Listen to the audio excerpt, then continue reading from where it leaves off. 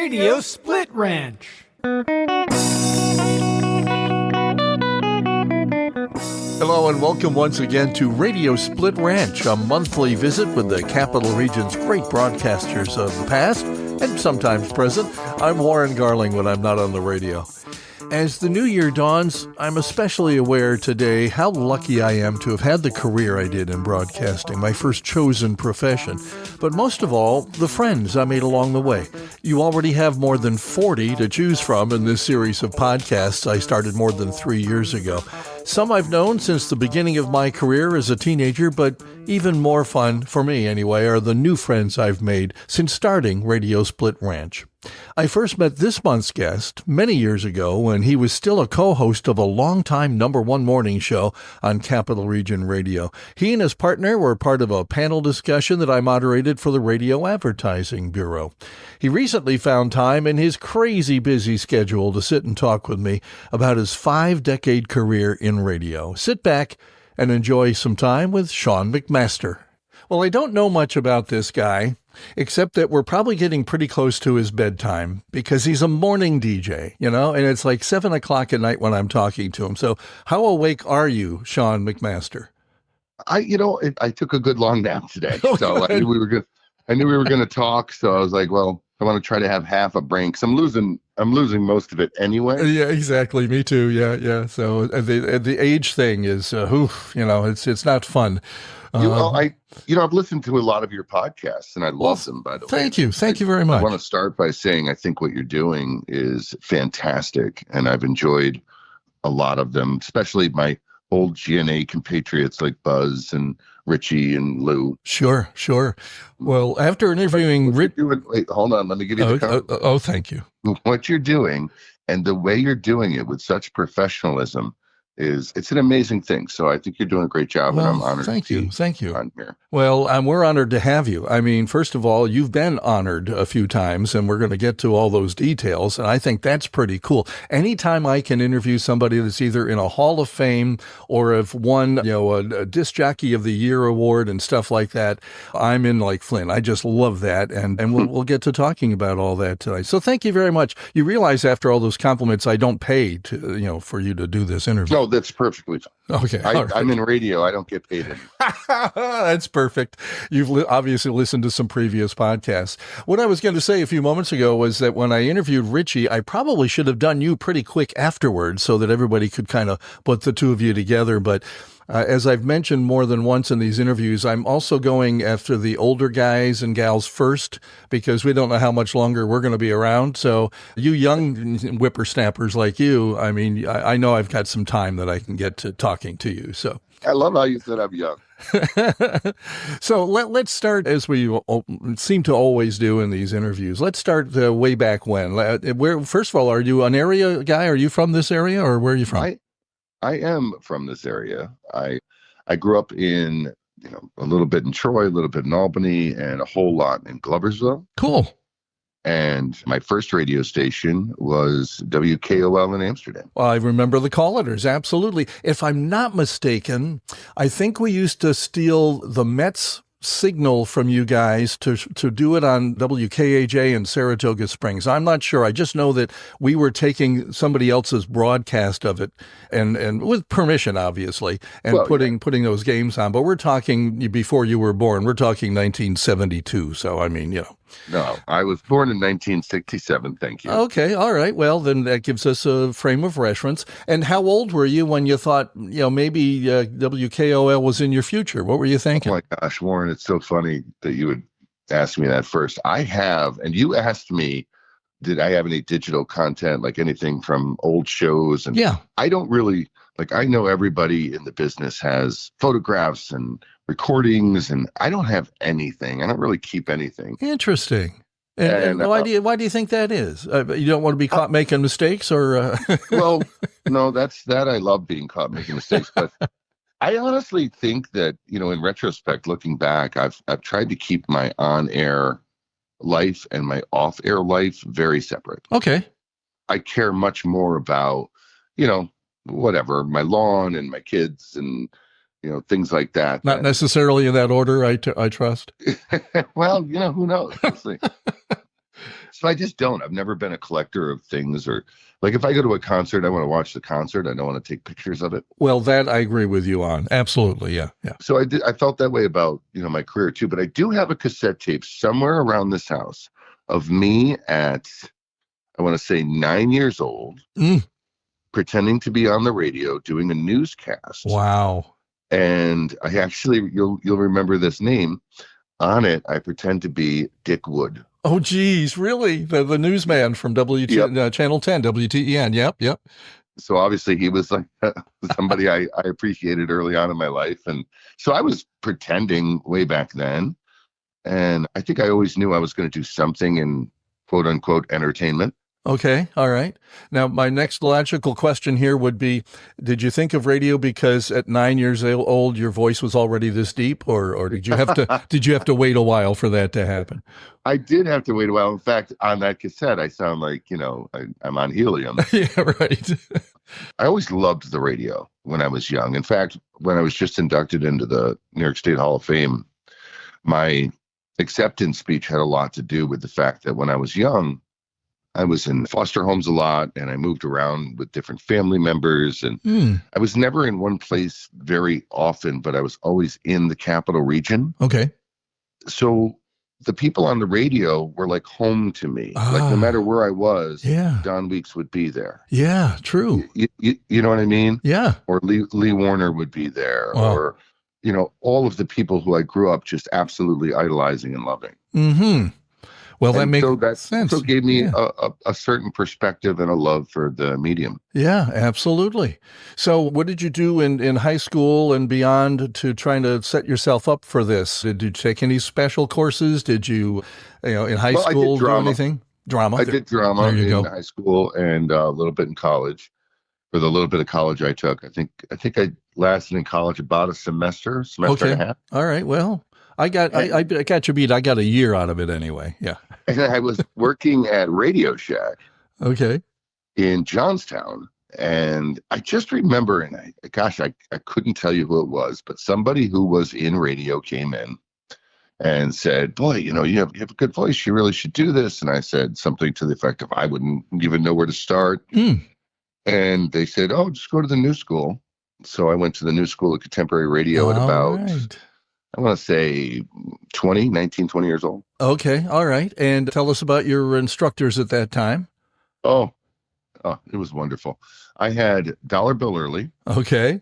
Who was working at GNA at the time, right? Correct. Yep. And I would eventually wind up working with him. Working with him, yeah. It took a lot of years for that to happen. And Walt Adams was my other. There you go. Well, this again shows the difference in our ages. I taught Walt at the New School. Okay. Yeah. And the story kind of like your grandson. There you go. That would be interesting. Although now that I think about it, you were born 15 years after me. So, I suppose it could have happened that way. It's about the same as Richie and I. I think he's 14. Interesting. Okay. Well, that's cool. And I'm thrilled that folks that I taught to get into radio wound up turning around and repeating what I did. And that was giving back, teaching at the New School.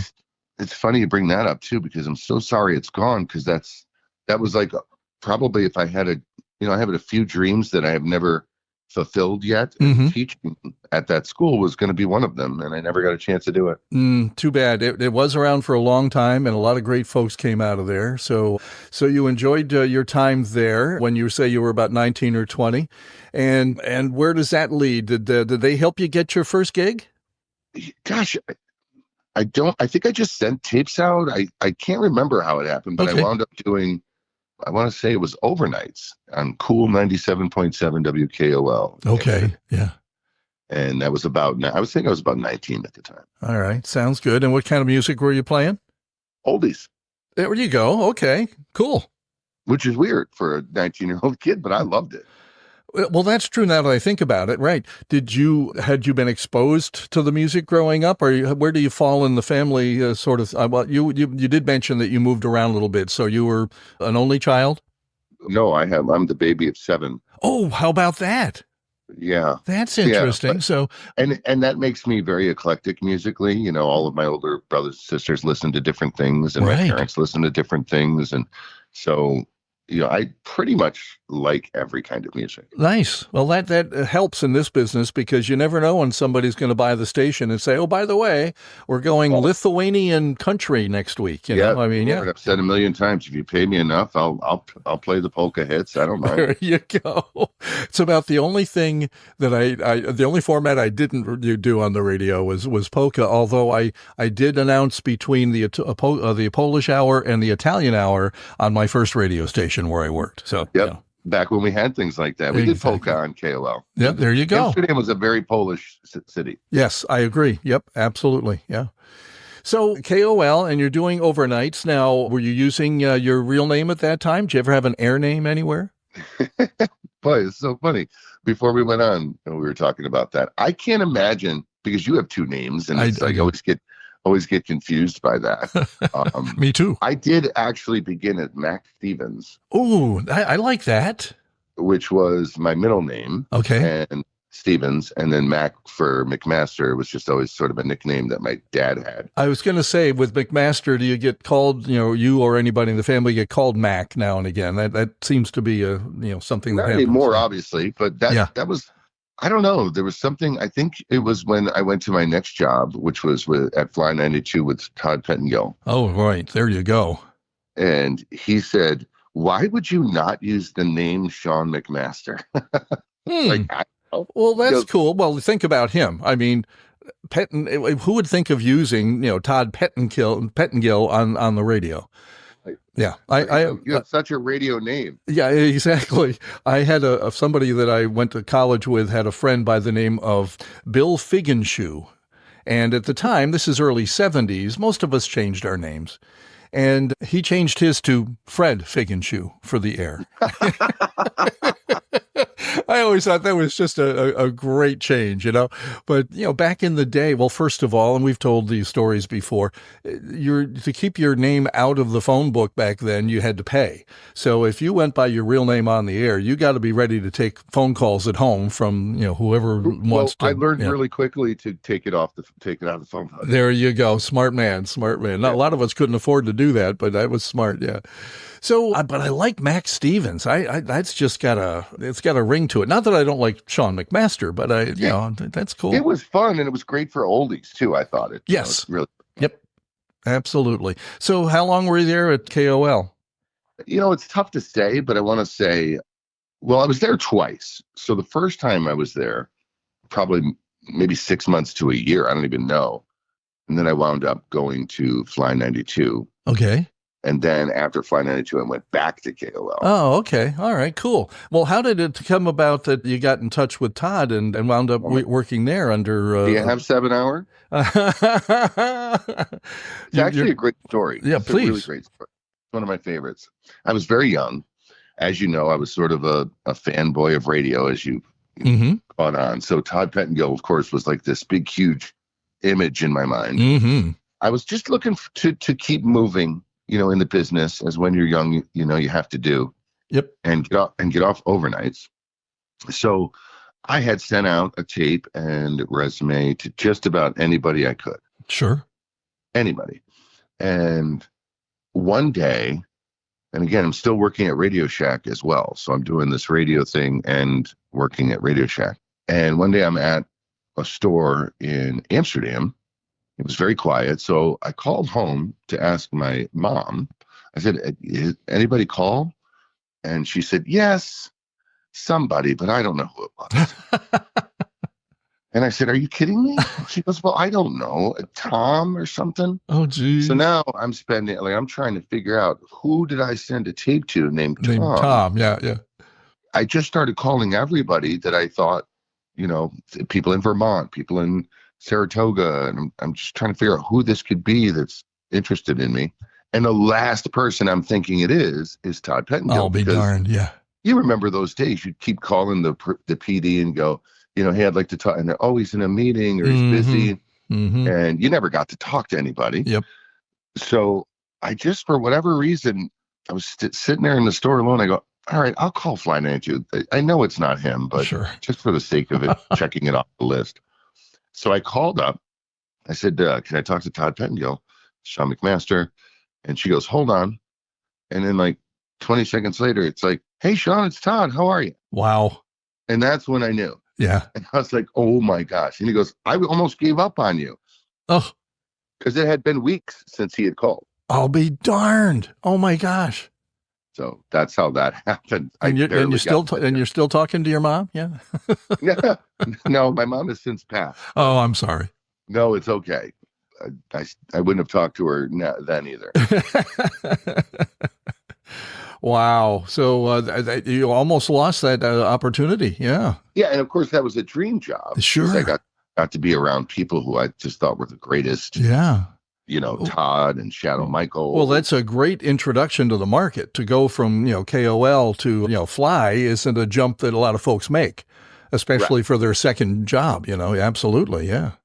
So that was a lot of fun. But I was doing assistant production director and swing shift and the weekend night show. So I got to be Shadow on the weekends. Nice. Which was not that I could ever be Shadow, but yeah. You're one of a kind. Yes. So I wound up wanting, because again, I was very eager. And, when you're young in the business, you keep thinking, well, I'm going to wind up in Boston or New York or. Absolutely. That was my plan. Yeah. Yeah. So you want to keep moving. Eventually, I guess the PD who was at KOL left and they called me and offered me that job and the morning show, which I was completely unprepared for. Wow. Yeah.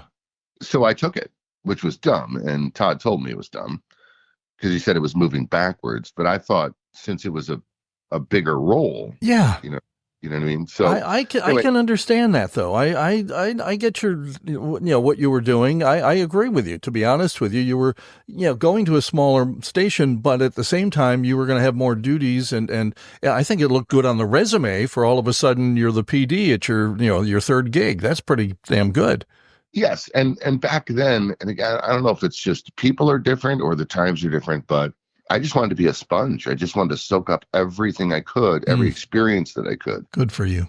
Later in the conversation, we can talk about the fact that I tried to do every job in a radio station just so I could see what it was like for that person. Well, I did traffic, not traffic, beep, beep, honk, honk, like commercial traffic. Exactly. Doing the program logs and that sort of thing. Yeah. Sure. Yeah. I did sales a little bit. I did PDing. I did, all that stuff, just to try to get an idea when I'm talking to people, what their life is. Yeah. And what they're going through. So anyway, I wound up going there and this is typical radio story. I think the place sold in about 3 months. Oh, geez. Yep. And the new owner actually came in and said, like, I was just finishing up a morning show, I think. And he said, I'm going to let you go. And he goes, but you'll probably be fine, Oh, jeez. but I'm going to let you go. So I was like, wow. Okay. So that kind of hit me hard. I had to. Yeah. And then after that, I wound up going to what you might remember as Electric 99. Where did you really work on 99.5? I sure did. I'll be darned. I'm going to start counting people up here on my podcast. How many of us worked at that frequency? I think it may be the most of all the stations. So you were there when it was electric. Yep. Mike Joseph Station, Electric 99. I did middays for a while. And that was where, okay. So again, I'll go back to the speech that I just did, which is sort of wrapping up this long, ridiculous career. One of the things when I was looking back on my life in radio that I thought was interesting and maybe even an act of God, I don't know, is when things got really, really hard, it seemed right at that moment, some hero of mine would come to me out of nowhere and say something. Yeah. And so it was there that I was kind of getting a little bit frustrated. And I remember I was taking meter readings in a room. Mm-hmm. I can't remember the room, but I was in the room. This was back on Balltown Road. Okay. Yep. And I'm all alone in there. I'm taking meter readings. And I hear this guy go, hey, how you doing? And I look up, it's Don Weeks. Oh, wow. And I'm like, wow, Don Weeks, who was my hero growing up. Mm-hmm. He says, you're really good. And I'm like, Don Weeks knows who I am. I was just happy that happened. There you go. And And he goes, no, I don't understand why you're not doing mornings over there, but you're really good, and I enjoy listening to you. And that was Very about the nice. whole conversation. I Very think we talked nice. a little Yeah. bit about New York City and Mm-hmm. radio, but that was the only part of the conversation that I cared about. I remember, Absolutely. Yeah. and it gave me confidence that I was. My confidence might have been waning, I think, at that point, because opportunity, a lot of it has to do with luck, not talent. It's right place, right time. And sometimes it takes, and somebody had explained this to me because I believe the same thing. I said, well, I've just been lucky. And they say, no, but you set up your luck. It's the right place, the right time, and knowing the right thing to do. And, that's experience, as well. But I know where you're coming from. Tell me who you were on the air with at Electric 99. What other names can we remember? Cindy McMullen was doing mornings. Now that name, I don't remember. I think she wound up going Syracuse area somewhere. Okay. All right.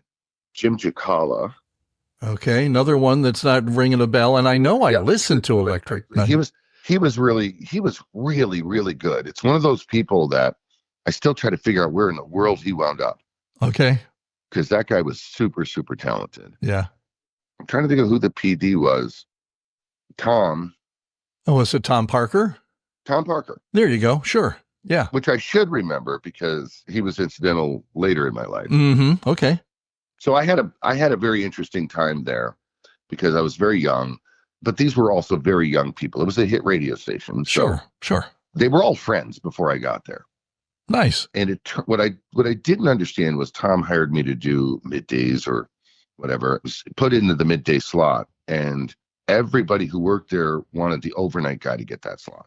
Ooh, interesting. So it became a very sort of hostile environment with these kids who just didn't really like me in that position. So that wound up kind of forcing me out of there. Interesting. It wasn't, a good experience in that regard. Yeah. And I can't remember if I left or, I use the fired word, but I mean, that happens a lot. That's true. Yeah. And sometimes the lines blur, Yeah. But that's when I think somebody said to me, maybe you should leave town for a while. Somebody in radio. Yeah. Said, why don't you, for me, it works to have left and then come back. You can kind of come back reinvented. So I did. And I wound up moving to Arizona. Wow. Well, you did leave town. Yeah. Now, you didn't work for another Cool out there, did you? They had a Cool FM. No, I was in, it wasn't Phoenix. It was Lake Havasu. Okay. Which is a resort community where the border of California and Nevada. Yeah. And Arizona. Yeah. I've heard of it. Yeah. Bullhead City area, So I went there and what were the calls out there, if you don't mind me interrupting you again? No, it's fine. It was KBBC. Okay. Because that's where the London Bridge was. Oh yeah, that's right. Yep. They took it apart and moved it from London to Arizona. I'd forgotten about that. In fact, I think it was London Bridge Broadcasting, I think so. Okay. So I worked there. It was an AC. I think I did mornings there. And then I came back here for a short time, went back there and wound up PDing and doing mornings. And I turned it into a top 40 station, which was very interesting and a lot of fun. And I learned so much about radio at that point. Things that I probably never would have known. Mm-hmm. But most importantly, it was at that point, and this was sort of mid-90s, I wound up getting the second situation where I wondered if this was ever going to be my life's calling, because, you could barely make enough to eat. Mm-hmm. I wound up meeting another hero. This is, like I said, Lake Havasu is a place where a lot of people visit. They have big spring break parties, things like that. Gotcha. So, and a lot of people from LA would come. So around spring break time, Rick Dees would come. He would do his morning show from Lake Havasu out of this big RV studio. Wow. And so me and the guy who was my music director at the time, we were talking about how we heard he was in town. So we were just joking. And I go, we should call the hotel. There's only one hotel and see if we can reach it. And it was almost like that whole Todd Pettengill thing again. Yeah. Where we called and I said, hey, I'd like to speak to Rick Dees. And I said who I was. And about 20 seconds later, hey, Sean, how are you? I was like, what? And Yeah. so I said, well, we heard you were in town, and I do the morning show here on the. He goes, yeah, I listen to you all the time. I think you're great. Whoa. And that just blew my mind. So Has then to. Yeah. he invited us to dinner. Wow. So we went to dinner, and he said these words to me, which I'll never forget. He said, he goes, I do love listening to you, and I think you're really great. If you can learn to talk on the radio like you're talking to me right now, Wow. there's no stopping it. Yeah. And I always remembered that. And from that point, for the next 3 or 4 years, that's what I worked on. Good for you. Get rid of that, hey, let's come out of it. Exactly. Well, that's how most of us started, okay? When I was listening to radio in the 60s, that's what the disc jockey sounded like. So I thought I had to sound like that. And I remember somebody in the studio with me one day at my very first job, 16, 17 years old. And I would turn the mic off and turn back around to talk to the person. They'd say, why do you do that? And I said, what? You don't talk on the radio at all like you talk to me. And, a little light bulb goes off. Oh, I at the time probably thought, well, that's what you have to do to be a disc jockey, But as I listened back to air checks from after there going to college and then after college, I hear my voice finally come through, and it's me talking to you. And that's funny because that's what happened to me. I moved around that area a little bit. I was doing a classic rock station, which was just a huge change. Mm-hmm. But I, again, learned a lot about that space between the end of a song and like a commercial break or whatever. It's a lot different in classic rock because there's nothing there. Okay. And you're not supposed to talk fast. Yeah. And you never talk up intros. Yeah, you go. Nobody wants to hear somebody talking over Led Zeppelin guitar playing. Yeah, yeah. So you had to work in that sort of weird silence, and you kept wanting to hit a button or something, but there was nothing, so that taught me to slow down and relax. And I remember listening to a tape, and these are just the few things you remember. I was listening to myself, and I heard a break. I was driving in the car, and I said, oh my gosh, that's it. That's it. I did it. I would not have known if that was me arrived. Or somebody in LA. Yeah, yeah.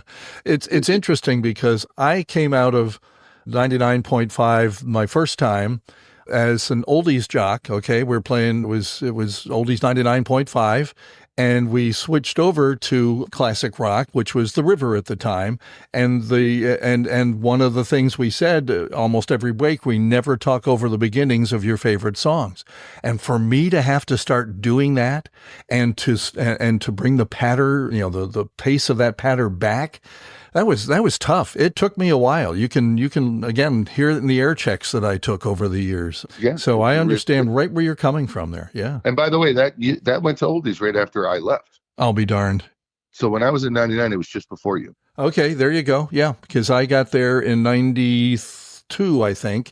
And then in maybe 90, it might have been 93, but it was in there somewhere. And in early 94, it went to the River. So yeah. But I understand where you're coming from there. And the formats change and your approach has to change a little bit. Correct. Yeah. Now, let me, go back to where we were. So now here I am, and, I'm moving around a lot. Okay. All right. Dan, do you have some more call letters to add to this? Because as you know, we keep track of these things. We count them up. So maybe you're going to have to do it after the show. After we interview, you may have to just, text me the number. I mean, gosh, yeah, I could.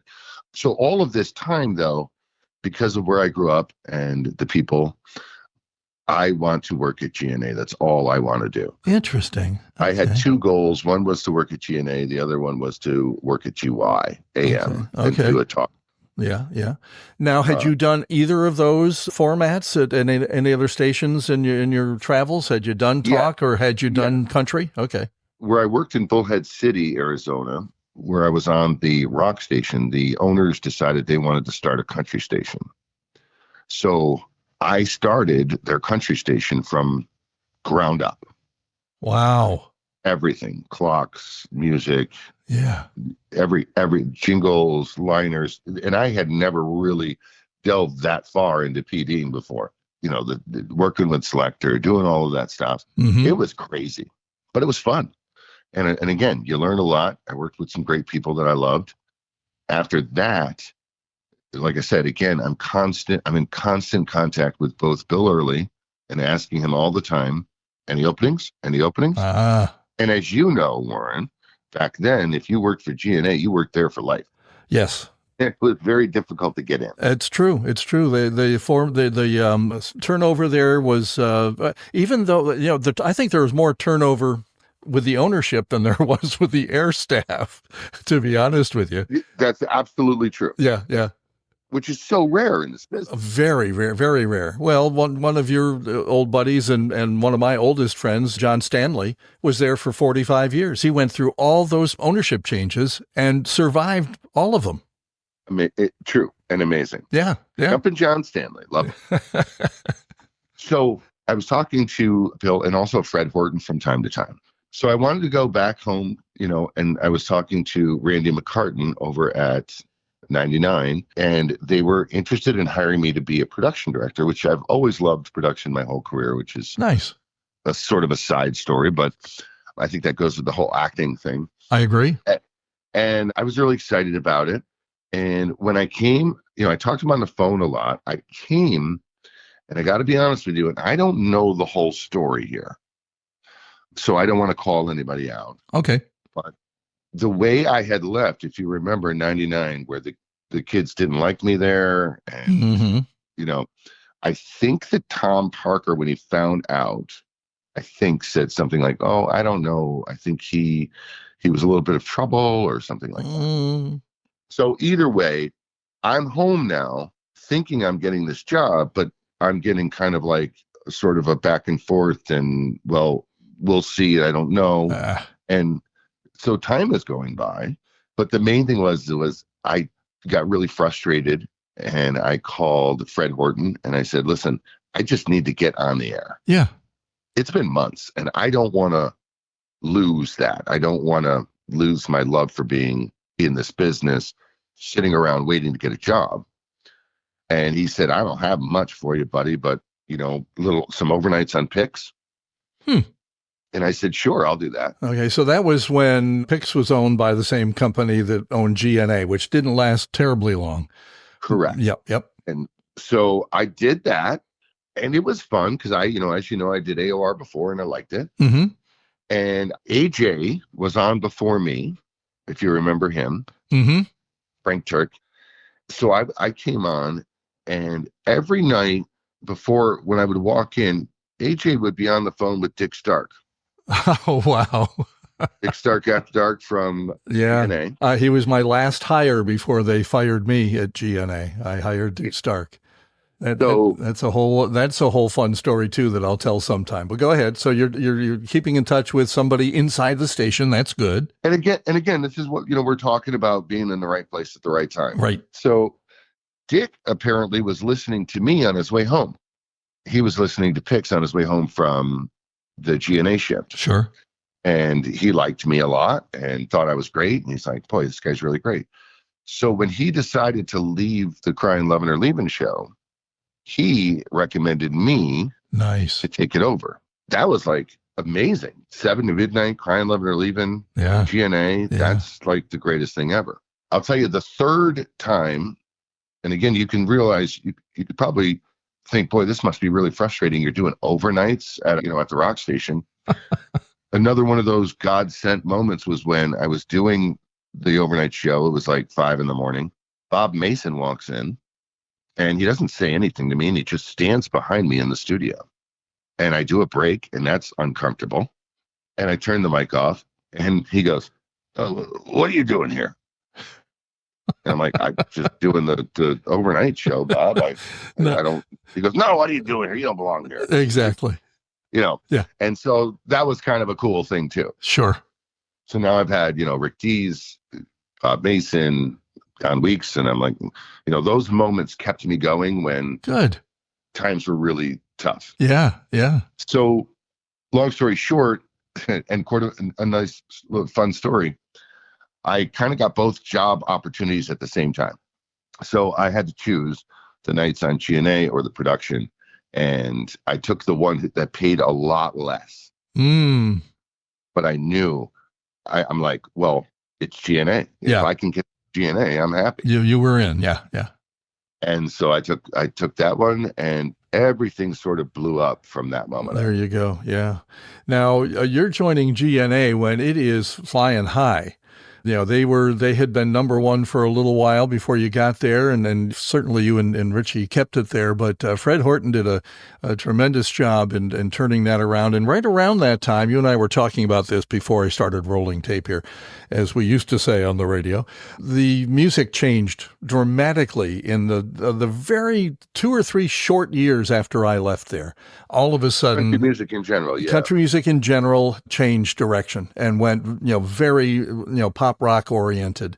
And all of a sudden, stations that weren't being listened to by enough people were exploding. And GNA was one of those. I'm, thrilled to say. And you're caught up in the middle of that. That's terrific. Yeah, it was like mid 90s, I think that happened. And that's when I started the country station in Arizona. So now we're talking a year or two later. Yeah. But it's in full swing now at that point. Sure. And you got your Alan Jacksons and your Garth Brooks and, Clint Black. The hats. Yeah, the hats. Yeah. Yeah. And it was really, really huge. So that was a benefit. Yes, for sure. Yeah. But I got to do what I love doing, which is interacting with the audience. Exactly. Crack Leonard Levin is the one show that will always be my favorite. Being able to talk to listeners and, take the dedications, get the great story, and get it on with a fun song. That's what radio to me was, what made it great and what I missed the most about it. Exactly. I'm with you right there. If I had, again, been presented the same opportunity, even though I loved production. In fact, one of the things I love about doing this podcast is I love the post-production that I'm able to do on it, and edit and add things and subtract things when necessary. And I really enjoy that part of it almost as much as the actual interview. And so, but given the choice, though, I like you, I need to be in touch with the people, which is, again, as you say, is missing in a lot of today's radio. Yeah. And famously, I'm not an editor, Warren. I'm, now everybody wants to pre-record everything. Everybody wants to pre-record everything before it goes on the air. Interviews and stuff. Yeah. And I'm almost insistent that I do interviews live. Good. Yeah. I want that added excitement of the live. Yep. It helps me be better, I think. Yeah. But there was something about taking a phone call, and then you'll appreciate this. And you remember the big reel-to-reels that we had in the studio? Yeah. You had to edit. You got tape flying all around, your razor blades going. Yeah. And then you'd get it queued up just in time as the song ends to hit the tape. And it was just the greatest feeling in the world. Yeah. I agree. And the feeling, somebody else mentioned this, I think, in a previous podcast, the feeling you had at the end of a 4 or 5 hour shift, that you'd run a tight board.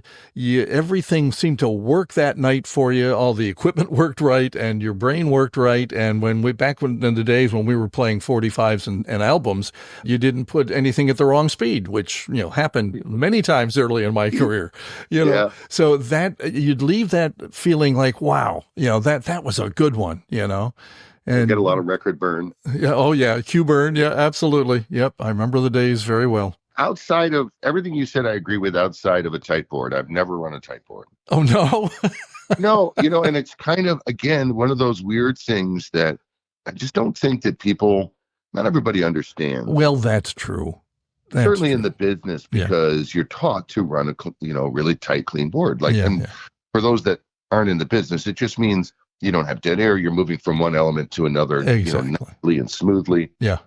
But for me, in the back of my mind, and I still tell young people who are starting out in this business today, I say, the idea for me is your goal should be to sound like the guy who was on the air quit and stormed out, and the owner of the station saw you sweeping the floor and went, I need you to go on the air. You know what I mean? Yeah, I guess. And yeah. It was kind of, I want to say, kind of in essence, like Howard Stern. Sure. Yeah. Where you just sound like you're some idiot that was standing there, and they go, here's a show, enjoy it. Yeah. And you're shooting the breeze with the audience. Yeah. Yes. And I don't really care or know what I'm doing. I don't care about that stuff. Yeah. I care about the connection with the person I'm talking to. Well, good not for you. at, but Yeah. to. Well, that's just absolutely the smart way to go. Absolutely. I guess I was just thrilled with the mechanics part of it because that's what attracted me in the first place. When I Sure. saw my first radio station at 11, I said, wow, look at all this stuff he gets to touch and operate, and, the lights flashing and the meters, going up and down. And that's what originally attracted me. Then when I thought about what went into doing that to make it sound natural on the air, that was the challenge, and don't get me wrong. I admire the heck out of people. Like, I still say Lou Roberts runs the best board ever. he is great. Yeah, yeah. And I learned a lot from people all through my career, but since this is going to be in the Capital Region, they should probably know, like, I probably learned modesty from, working with Richie, and a tight board, and being excited on the air from Lou, how to stay out of office politics from Bill Early. Smart. It took me a long time to learn that one. A way to look at radio and formats in a very, I don't know, I don't want to say logical, but just intelligent way. I learned from Buzz Brindle. Yep. So you learn a lot. Jake Thomas kind of taught me to be always optimistic. Good. Even when things are going crazy. Uh-huh. And, not overreact to things. So exactly. Yeah. If you're smart, you pick up a little something from everybody. Absolutely. And I can do the same naming that you've done. And some of the people you've named, certainly I've emulated over the years. But the fun Except part for of me, never learn anything from me. I'm sorry. What's your name again? I'm telling you that I will not, like I said, I don't run a good board. You don't want to learn how to do that for me. Well, the first thing when I think of you is the voice, because I would love to have a voice that's just a little deeper, just where you are. And the only time that happens is when I'm coming off of a cold, and some of those were my best shows, I want to go back to a little bit about what you said about running a board and not worrying about it being, super tight or whatever. When I listened to some air checks from all over the country growing up, there was this, in the mid-'70s, there was this magazine called American Air Checks Magazine, and it came on cassette once a month.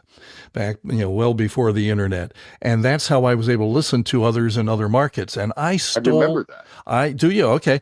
I stole lines from guys in major markets all the time. And I can tell you exactly which ones they were.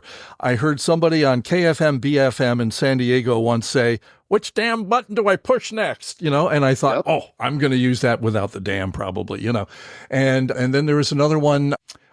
Some guy made a mistake. He either started playing the record at the wrong speed or whatever. And he goes, "Is it too late to call in sick?" And I use that one probably annually somewhere. I use that. And so the fun of it was when you did make a mistake, what did you do with it? I heard one guy say, "Previous 10 seconds of silence brought to you by the Albany Public Library." And just stuff like that comes off the top of people's heads, and I just stole it and used it. That's absolutely right. And I think if I want to give credit where it's due, and I don't know if you remember him, but it was Lee Warner. Sure. Who did mornings on 99. Yep. Way before I was just still a kid. I was in high school or middle school. I don't know. He wound up going to Reno, I think. But I loved his show. Mm-hmm. And I'll give you an example right now. It blew my mind when he'd be like talking just like we're talking about. You know what? I have that over here. Let me look here. Yes. Go back over here, and he'd do that off mic thing. Yeah. And I was like, oh, that was mind blowing. Yeah. I'm like, it's like a fourth wall coming down. Exactly. Yeah. Yes. Now I'm imagining him in this studio that I'm imagining in my head, and it just brought me so much more into it that I never forgot that. Yeah. Yeah. So that's kind of like why I'm like that. And the making the mistakes, who doesn't make mistakes? Exactly. It's human nature. Yeah, absolutely. And it's how you handle your mistakes and how you have fun with yourself. And sure, it makes you, more relatable, I think. Yeah. Yeah. So how long did you do the 7 to midnight thing on GNA? Oh my gosh, that was the best. About, I want to say 2-3 years. Okay, cool. And brought it to number 1. Yeah. Was going against, oddly enough, my entire career from that point until now has pretty much been going against Brian, who's over at GNA now. Okay, Brian. Cody. Okay, yes. Another person that I probably have to get on my list here. Absolutely. Yeah. Yep. He was doing nights at Fly at the time. And I was doing, and I'm like, I want to beat Fly. So that was my whole goal. And I did do it. And that felt really good. And it was a very hugely popular show, which brings us now, if I'm boring you, Warren, let me know. Hey, when you hear the snoring, then you know it's time to wrap up, okay? Which brings us now to another fun crossroad. We had a great consultant at GNA at the time. Good. And there was a job opening, I guess, for a nationally syndicated country night show. And he had me in the running for it. Wow. So it was between me and a guy named Bo from LA. Okay. And it came down to the two of us. Wow. But it was going to be a 2-person show, like a guy-girl thing. Okay. And it wasn't going to be quite like what I was doing, which was more of a dedication, heavy, intense phone show, Sure. which I really doing. Mm-hmm. So it was Rusty Walker. Okay. And he was talking to me about this. And right then, the morning show opened up on GNA with Richie. Okay. So now, at that point, kind of overlapping in that couple of week time span was a choice. Do I do mornings on GNA or do I do a nationally syndicated show out of Nashville? Wow, there's a choice for you. And I obviously chose to do GNA. Yeah.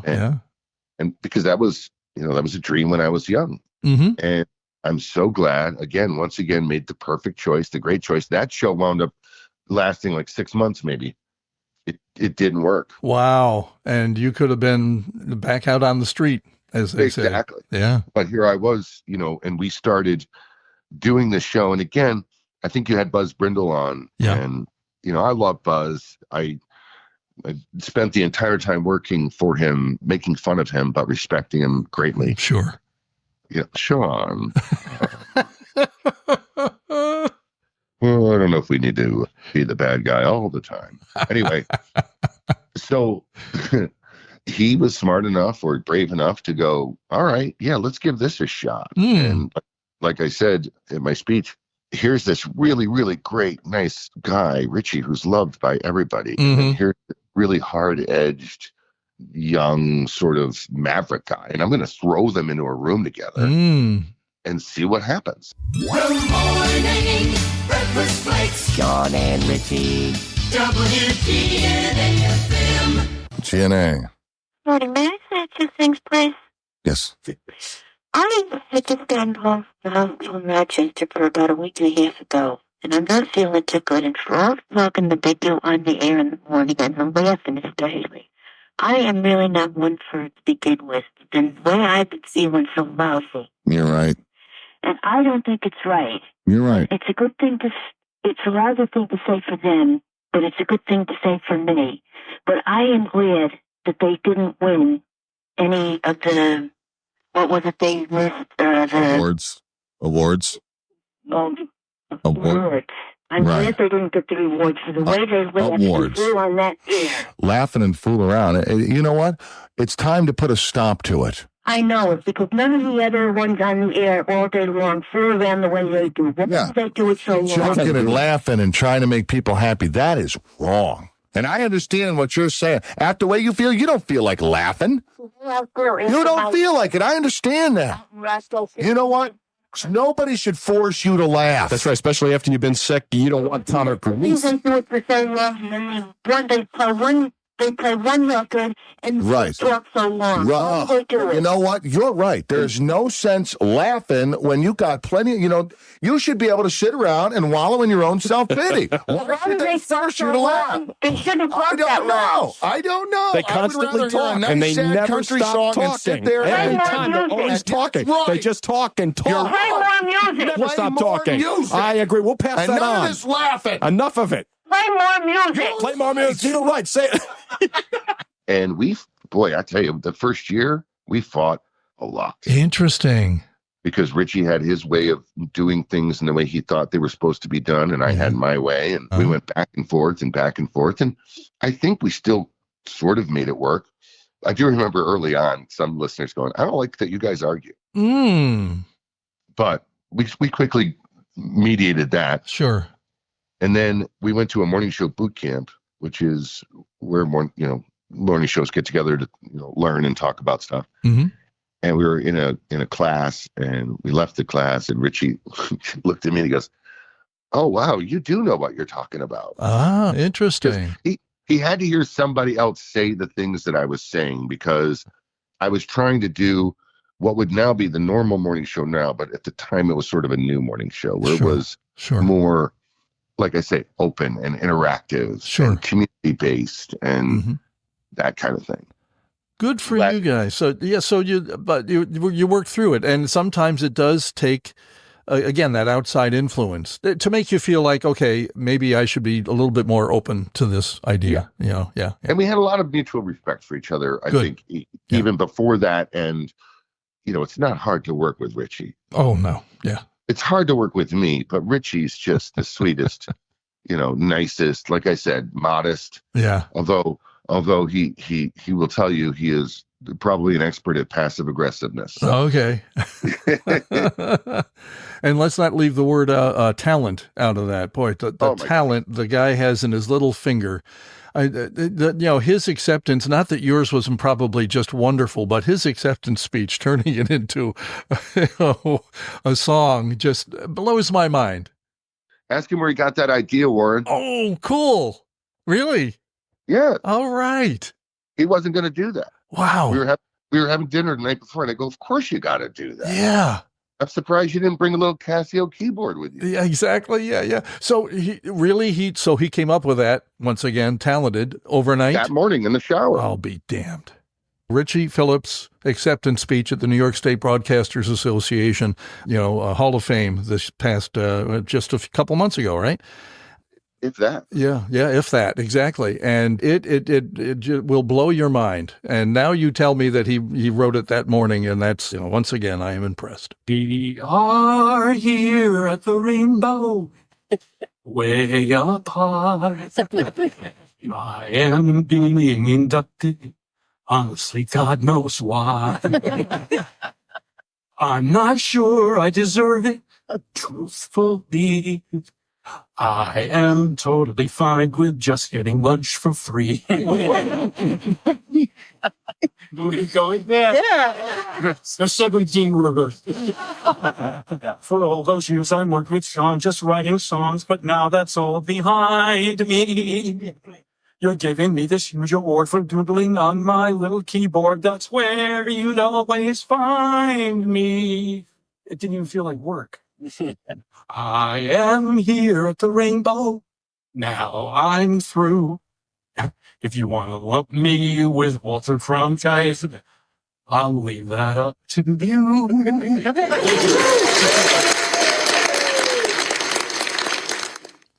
I think it was October 23rd, so that's not even a month. Yeah. How about that? That's so cool. Well, again, you guys worked so well together, and what you did not only for the station, but for country music and for listeners and for, not-for-profits in this area. Let's talk about some of your highlights and some of the stuff that happened and lead us into how all of a sudden you're being recognized nationally for, the medium market that you were in, for, CMA awards. So how long had you been? Go ahead. I'm sorry. No, that's fine. We started in 99. Okay. January, right as 99 began. Okay. And I've always been community minded. I've always wanted to give back, especially to kids. And again, it has a lot to do with my upbringing and what I thought radio could do for people, and what I wanted it to be for my listeners was all about community. Good. And family.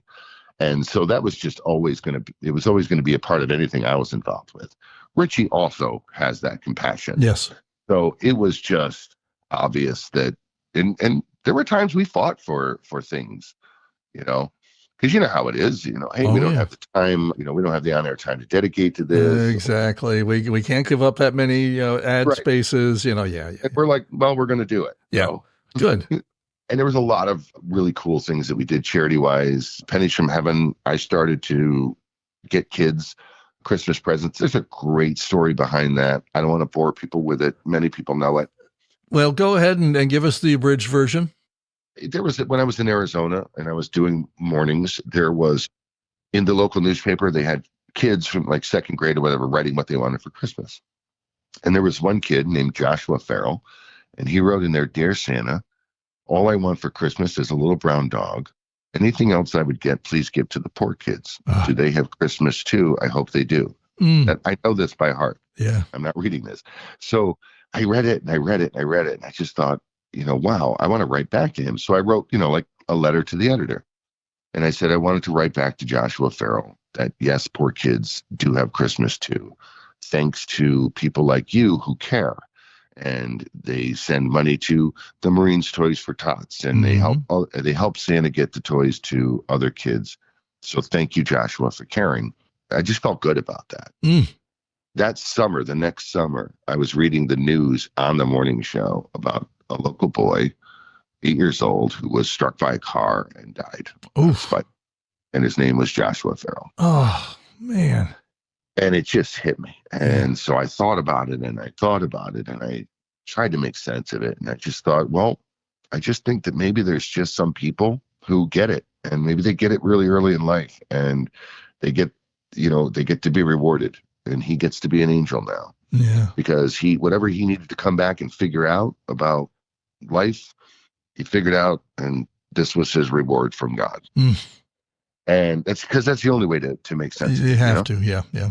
So he kind of became my Christmas angel. And I thought at that point, from here on in, I'm going to try to get, if it's just one family or one kid or something, a gift, then I'm going to do that. So fast forward to GNA, and we were talking one day about how, boy, I bet you that people have more spare change in their car.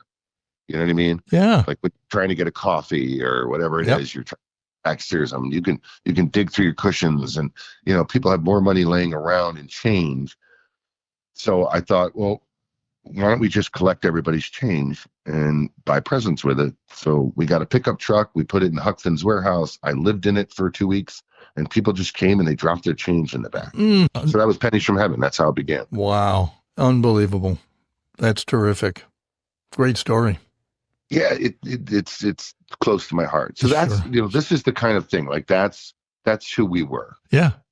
And that's what we wanted to be. And that was the main catalyst, I think, for getting the Hall of Fame award, which, there's a lot of people you talk to all the time for this podcast. They're way more worthy than I am talent wise, but I think they even said something to me in New York about that. Like it was what we did for the community. Yes. Very big part. Yeah. Of that. Yeah. And that should be, that should play a part in it. I think a heavy part in it, I mean, but that goes to a lot of other people. Yes. There's so many people behind, those things that you work with. Yeah. Lena Dutcher was our promotions director. I don't think we could have done any of that stuff without her. Or Dick Stark before that. There you go. Good stuff. So you start together in 99, and all of a sudden you're gaining some real notoriety here, and you get a call from the CMA at one point, Country Music Association. 2001. 2001. And what do they want to talk to you about? Brad Paisley called us up. Wow. And told us that we won the Media Market Air Personalities of the Year award. Hello, is this John and Richie? Yeah. Good morning. Who's this? Well, guys, this is Brad Paisley. Well, of course it's Brad Paisley. Brad Paisley. I think we've heard of you. Have you? Yeah, I sang that one. We do Country Fest every year. We got to get you up for our next Country Fest. I'm looking forward to get back up that way. Really exciting news that I wanted to break on your station today. Today I have to go to the dentist. Really? You're getting that bicuspid pulled? No, I just got to go check them. Oh, okay. I'm excited about those kind of things. Well, no, actually, the reason I'm calling, guys, is because I'm sitting here at the CMA right now, and you won broadcast personalities of the year. Yes! Oh, I can't believe it. This has been unbelievable. How cool is that? Year for nominations, right? Yeah. We've never sent anything in before. Yeah, this is amazing. Even saying it out loud right now. Do you know how bizarre that is, Warren? like I used to watch that show, and this is now getting into the back of my mind and how these things happen. I used to watch that show and go, boy, I can't even imagine winning a CMA award. And there I was on the stage of the Grand Ole Opry, standing there looking out at the audience pre-taping. You know how they do they earlier in the night, we gave away these awards. Yes. We didn't get to be on TV, but I'm still looking out, and there's Alabama. There's Reba. They're sitting in the audience, and I get this, and I remember, and I kid you not, at that very moment, I turned and walked off the stage. I thought, well, now what? Now what? Right. I'm done. Yeah. How do you top that? Yeah. Can't top it. So that was a weird experience. And then I eventually figured, well, the only way I'm going to top that is maybe get into a Hall of Fame. And look what happens. What in the world is going on here? What is it? Well, good morning. If you're looking at me, I'm not a process server. Oh, if we could have planned that, that would have been great. But we haven't met. No, we haven't. My name is David Donovan. I'm president of the New York State Broadcasters Association. No kidding. And it's my distinct pleasure that Sean and Richie will be inducted into the New York State Broadcasters Hall of Fame. Wow. Yeah! Woo! Amazing. And we're just delighted to do that. Your work in this community for a number of years on other stations, and obviously this station as well, have been acknowledged by my board of directors. And the vote was unanimous. And the votes are really unanimous. It is quick. And for all your work, not only on the air, but your work off the air as well with St. Jude's and Make-A-Wish, the Center for Disability, Pennies from Heaven, Blue Friday, and all the work that you have done in this community. And that was just Monday. You are truly honored, and this will go, I hope, well with your recognition back in 2000 from the CMA for your morning show. I can't let this. And I just want to thank you. Radio is the heart of the community. Absolutely. And you gentlemen have been the lifeblood of this community for years. You've been a joy to wake up to. You have just done a phenomenal job. And it really is truly my honor to have you in the New York State. I am absolutely blown, but not only blown away by you. Yeah! My wife is here. Richie, I'm blown away that I did not know this was about to happen. No, I know who he is, and I just assumed, I'm like, oh, I don't know why you didn't tell me Richie's going to get inducted. I thought this was going to be about you. I'm like, inducted or indicted? Yeah. Yes. Well, if it was indicted, I would have worn a tie. Inducted. Oh my God. So I'm done. Yeah. I'm done. You're done now? Okay. No, you're not. You're absolutely not. We're going to we'll get to that in a little bit here because I want to, continue the timeline here. So you and Richie are together for how many years total? 17. 17 years doing a morning show. Again, almost unheard of, especially for a team. I can see some individuals over the maybe years. It was between 16 and 17. Okay, that's fine. Yeah. I mean, you look at Don Weeks, who did it for like 30 years on GY, but, and there are a handful around the country that, survive that long. A lot of them dropping by the wayside now, the way radio's being run.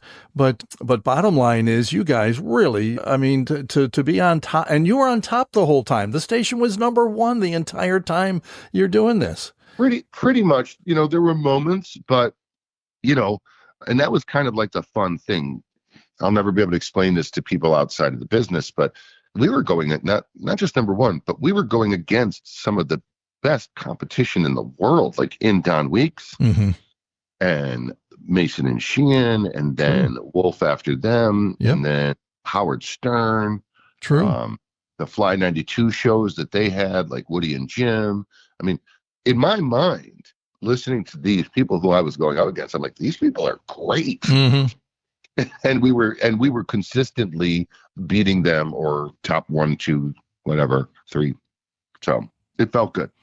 You were on target. I mean, and again, you're keeping the audience in mind the whole time. It's pretty much like the difference, I think, between a lot of the genres of music out there and country artists. Country artists, in the 12 years that I played their music, knew exactly which side of the bread, the butter went. And it was the fan side. The fans were everything. And that's why they would spend an hour after their show, after putting on a 2-hour show, they'd spend another hour at the bottom of the stage signing autographs or in the lobby signing autographs. That came from Loretta Lynn. Yes. And when she would drive touring on her bus, Okay. she would listen to the local radio jocks, and she would make it a point to get their names and remember something about those shows she was listening to, and she'd write them, like drop them a postcard and say, thank you for what you do. There you go. Yeah. That she started that whole sort of interacting with the radio, and why wouldn't you? Yeah, I had the opportunity to sit with her backstage after her show at the Palace Theater, gosh, I don't even want to tell you how many years ago it was. And she was just a delight, just so down to earth and such a real person. And all she could talk about was the fans and the crowds and, how proud she was to be able to get up in front of them like that. Yeah, she was something. So all good things must come to an end, as they say. And you and Richie, now, how did this actually kind of end? Boy, awfully. Oh, no. Well, it was a corporate thing. You get a new boss, and everybody, it's so funny when you worked like at a juggernaut like WGNA for all those years. Every new GM, every new program director, every new consultant would come in and go, oh, you guys are great. I'm not going to trust me. Not going to mess with anything. I'm not going to make any big changes. Right. And then 3 to 6 months later, all the big changes happen. Yep, exactly. Yeah. Because everybody wants to get their name on it. They want to say that they had a piece in this, but it was already done. There was nothing that needed to be messed with. Yeah. So, somebody made the decision, and we finished the show one day. Richie had to go talk to the GM at the time, and he came back. And now, mind you, Richie was where I am right now. He was thinking about, okay, I think I'm about to retire. Okay. And he was talking about it. But that decision was made for him, which, I don't know that everybody knows that, but that was made for him. He got rushed quicker than he wanted to. And we had zero knowledge, zero knowing. Until that morning when he came back in, the GM came back into us and said, this just happened. Don't talk about it. Just move on. And I was like, what? Yeah. So, but, Richie in the conversation, from what I understand, said, yes, I was going to do this anyway. I would like to, that's how I would like to do this. I'm going to actually officially retire. I'm going to give you, how that works. Give me your letter of resignation. So he did, but I never really felt good about it at all. Yeah. I always thought that when Richie retired, we should have a huge, huge party for him. But that, and I didn't like that. And that's not to per se, that's radio. Yeah. It's one of those businesses that I don't think people, you're never going to work out a 2 weeks notice on the air. No. It doesn't happen. Going on the air and telling the truth about things. Yeah. And you always never see it coming. It's always just after your show. Yeah. We'd like to see you. We'd like to talk about, whatever. Yeah. I did one farewell show, and it was the first station I worked for, but I was 18 years old, and I was going off to college. And so they let me work, through Labor Day. And then the next day I'm in Boston going to college, and I was able to do a final, show. And the final hour of that final show, I just played, my favorites, told them why it was and what it reminded me of and, all that stuff. And then just, said goodbye at the end. And that's the only time I was ever able to do it. Yep. Other than that, it's just, hey, whatever happened to Warren? Exactly. If or Chris, so, either one. But your chapter is still not done. So what happens to you after GNA? What happens to cause you to move on? So listen, at that point, I think part of me was done with that place. Okay. There was a lot of other things going on, but that was sort of like, really, I just couldn't get over it. And it really bothered me. And I tried because you got to keep going. You got a family. You got to feed your family. True. But it just started to get worse and worse and worse. And the particular GM that we had just was always looking for somebody to blame for everything. And unfortunately, a lot of times that fell on us.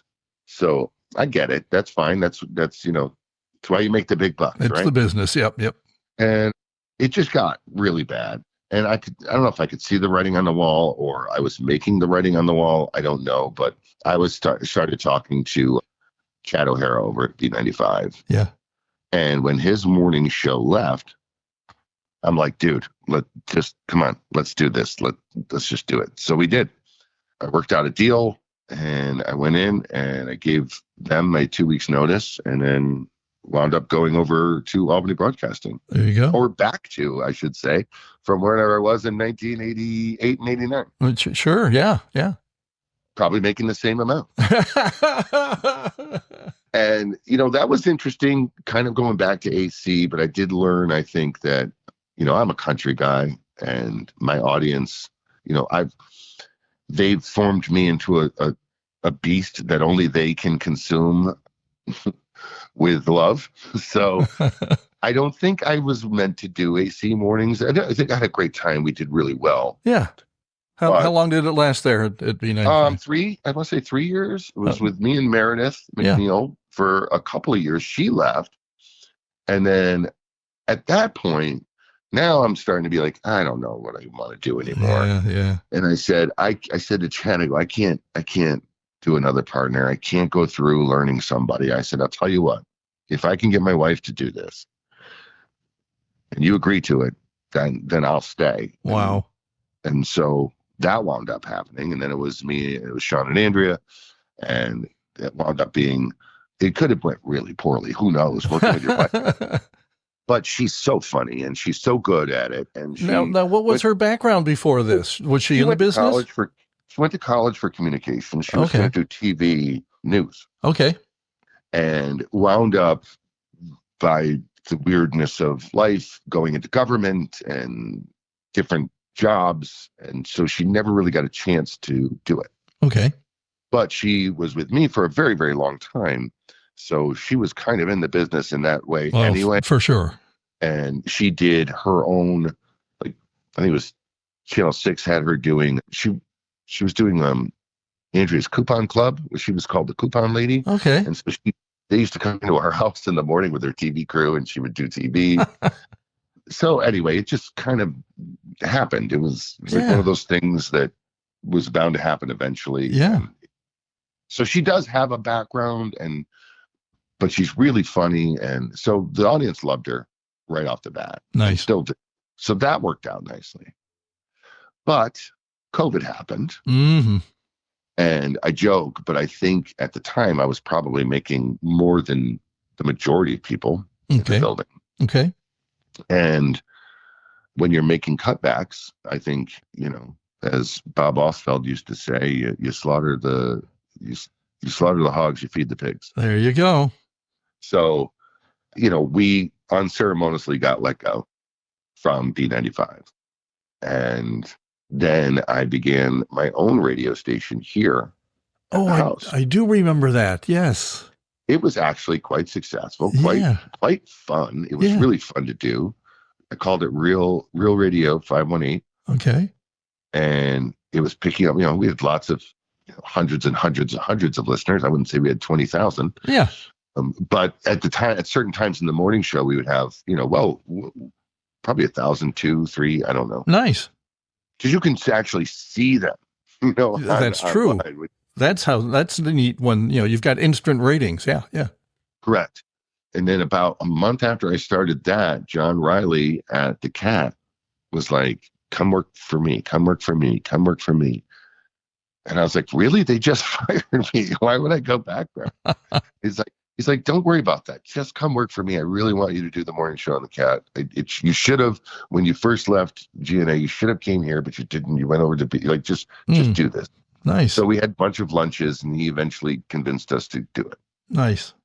And it was a tough decision, but sure. I'm glad we did it. That was 4 years ago. I was just going to ask how long it's been. So that's cool. And it's still going strong. 100.9 and 107.1, The Cat. It's Sean and Andrea. And Andrea, your good friends on the phone, Drew Baldridge. How are you? I'm good. How are you guys? Oh, it's been too long since I've seen you. It has been. I need to come back to Albany soon and play for y'all again. It's one of your favorite places, right? That's right. Yeah, we love coming up there. And, last time I was up there, we got to do some special things for some families. And anytime we can get up there and play country music. I was always blown away when I first started playing is how big of country music fans Yeah. there are in New York. I got to love tell it. you this.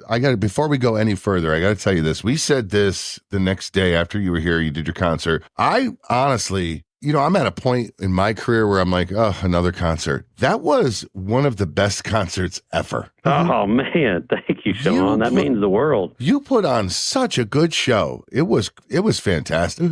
Well, thank you. I appreciated that. And now let's get into some good stuff. Anything going on in your life musically that might be important? Man, we're going for number one. Come on. Yes. He's somebody's daughter. Hey, this has really been a lot of work, right? Oh, goodness, bud. Yeah, I wrote this song 6 years ago, and we put it out in 2019 when I was on a record label, and then that record label shut down. And then in 2021, me and my wife got married, and I just made a special wedding version so she could dance to it with her, with her dad. And then thought we'd get a record deal after we posted it on TikTok, and it blew up, got millions and millions and millions of views and streams, and nobody really called us. So last year, I just created my own record label and said, screw everybody and do it myself. We'll try it. I love that. And here we are, man. Lo and behold, by ourselves, about to knock on the door of number one. And I just cannot believe it. I mean, it's history making. I will tell you, and Sean, you can attest to this, and the listeners can too. Every time we play your song and we come out of it, I Google and I say, okay, it's at number 5. Yes. Okay. And I give everybody the countdown to tell them where it is. She's done that since like 40. Yep. Yeah. Man, well, you guys have been there since the beginning. Yeah. Y'all have been a part of this, and we hung out. I think was it CMAs when we hung out? Yeah. I remember it was. Yeah. We hung out at CMAs, and we've just became really good friends, and you guys have supported me, and we've done interviews, and you guys have always been so good to me. We're in our 5th year. Yeah. 5th and final, probably. Yeah. Okay. Oh, really? Okay. So you're serious about, I'm tired. Yeah. Well, look at the hours you're working. Yes, the hours, and I got to tell you, how early before we started this conversation, we talked about how I don't keep tapes and I don't keep pictures of me with the artists and all that. And it's not that I don't love everything that radio has been, but I'm a little different, I think, than a lot of radio people in that very early on, it was sort of an ego thing for me. Okay. I wanted to get people to like me. I wanted to get people to love me. I wanted people to know my name. Sure. And I remember when I worked at Fly 92, when I was still very young, I went to the grocery store and somebody from high school was like, hey, Sean, how are you? And they're talking to me like I'm their best friend. And they're like, yeah, listen, it's so great to hear you on the radio. And like, I knew of this person, but they wouldn't give me the time of day in high school. There you go. Yep. So as they walked away, I was like, well, that's empty. That's a empty feeling. He doesn't know me. Yeah. He doesn't like me. Didn't like me in high school. Yeah. But all of a sudden, because I'm on the radio, he likes me. So I got over that feeling real quick. So my point is even though I got over that feeling, as you know, your entire existence, your entire job is basically to get people to like you. True. Everything is based on them liking you. So my entire adult life has been kind of like feeling like you're in high school trying to get people to like you. There you go. And after I got the Hall of Fame, I was at my speech at the end was basically me saying, thank you so much, because now you've given me something that now I can tell that little boy inside me, you don't got to prove yourself anymore. Yeah. Yeah. And I kind of would like to live a few years of my life, not only not caring if people like me, but I might actually make people hate me just for the fun of it. Okay. Well, yeah, whatever floats your boat there, Sean. That's for the fun of it. just to see what the other side lives like. Yeah. Sure. Well, no matter how much longer it lasts, I wish you the best of luck with that. And I can tell you this, since I was kind of forced into retirement by my old friends at No Heart Radio for almost 5 years ago now. Radio retirement anyway, but about 3 years before that, I retired from my full-time job at the time. And I was only doing part-time on the radio for the last 35 years. And anyway, what I want to say is retirement is everything it's cracked up to be. And once you do it, you're going to realize, oh, I should have done this a long time ago. And now some of us can afford to do that and say it and do it. I couldn't. But when it finally did happen that I could, it's another whole new chapter. And you will have fun with that too. Yeah, yeah. But the affordability part, that's of course part of it too. Certainly. Well, and the fun part is, I mean, you've got, again, the pipes and the talent to be able to continue to do some stuff on the side. I still do voice acting myself. I've been doing that since my first commercials at the age of 16. And so I still do it on the side. Not a lot. I don't even pursue it a lot, but I've got some regular clients, and that keeps me going, and it allows us to go out to dinner now and again. So yeah. Excellent. Sean, this has been terrific. It's been great getting to know you and to learn the story. And I'm sorry, go ahead. I said, thanks for lying. I appreciate it. No, it really is. And we need to spend some more time together, especially when retirement comes around. I know you get the regular invites to the luncheon that we do every other month, and hopefully you'll be able to join us down the road and sit around with the rest of the old farts and talk about the good old days. I'd love to, but as you can tell by your having to chase me down to do this, I'm not at that phase yet. I'm still pretty busy. So I'm just trying to get through my days. I got it. But when it does happen and when you can join us, please do, because we do have a lot of fun, and it's a mutual admiration society. We all, listen to each other growing up, and it really is a lot of fun, the stories that are told, and we'd love to have you add yours to them as well. So thanks. You got it, brother. Thanks again for your time tonight, and now go to bed, get a good night's rest. You got a show to do in the morning, okay? Thank you, Warren. I have to share one more quick part of my conversation with Sean. This was after we finished the interview, but while I was still recording. When I told him I had just been interviewed by Diane Donato for the December edition of this podcast, he said to me, I really, really would have loved for you to play both parts. Both. So you wanted me interviewing Chris Warren? Yeah. Okay. Warren interviewing Chris. I think that would have been fantastic. Well, yeah, I guess. Have like you as Chris on the phone and Warren on the mic, so you can get the distinguish. Wow. Between the two. Darn. Now you tell me. As I've often said, timing is everything in life. If Sean had suggested that to me before Diane interviewed me, she probably would have been out of a job. While Sean is certainly not your average air personality, his radio station stops during his award-winning career are. He tells me that he's worked at 10 different sets of call letters since attending the New School of Contemporary Radio, which longtime listeners of this podcast know is just about our running average. After 39 guests, our running call letter total is now 379. To wrap up this month's frivolity, I've dug into my library of 50-plus years of career air checks to the earlier days of the station that Sean and Richie helped make number one. 45 years ago, I was program director and midday air personality Chris Warren on FM Country WGNA in Albany, New York, as we called it at the time. We were celebrating 8 great years of FM Country, as the promos indicated, on December 11th, 1981. Just for fun, the final couple of breaks from Chet Good's morning show start this particular air check. May he rest in peace. Hope it brings a smile to your face, because that's why I got into radio in the first place. Catch you next month at the ranch. Until then, don't cry because it's over. Smile because it happened. Radio Split Ranch. I have to share one more quick part of my conversation with Sean. This was after we finished the interview, but while I was still recording. When I told him I had just been interviewed by Diane Donato for the December edition of this podcast, he said to me, I really, really would have loved for you to play both parts.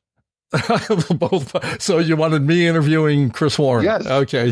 Warren interviewing Chris. I think that would have been fantastic. Well, yeah, I guess. Have like you as Chris on the phone and Warren on the mic, so you can get the distinguish. Wow. Between the two. Darn. Now you tell me. As I've often said, timing is everything in life. If Sean had suggested that to me before Diane interviewed me, she probably would have been out of a job. While Sean is certainly not your average air personality, his radio station stops during his award-winning career are. He tells me that he's worked at 10 different sets of call letters since attending the New School of Contemporary Radio, which longtime listeners of this podcast know is just about our running average. After 39 guests, our running call letter total is now 379. To wrap up this month's frivolity, I've dug into my library of 50-plus years of career air checks to the earlier days of the station that Sean and Richie helped make number one.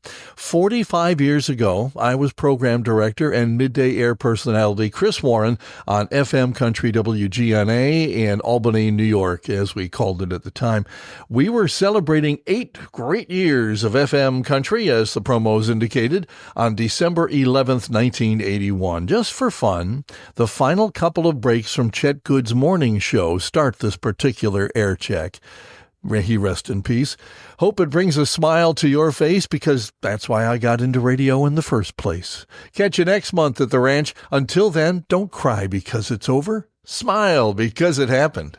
George Strait telling it right like it is. Down and Out, it's in the top 20 of the 45 caliber survey. Song of the season, Dave and Sugar at 5 before 10. GNA from Long Play Country, Dave Rowland and Sugar. Walking in a winter wonderland. You could probably be doing that this morning. We're going to walk right out of here. Willie Nelson coming up and Heartaches of a Fool. Chris will be along right after news. You have a pleasant day. Thanks, Jan. Good morning. It's about 3.5 minutes after 10 o'clock.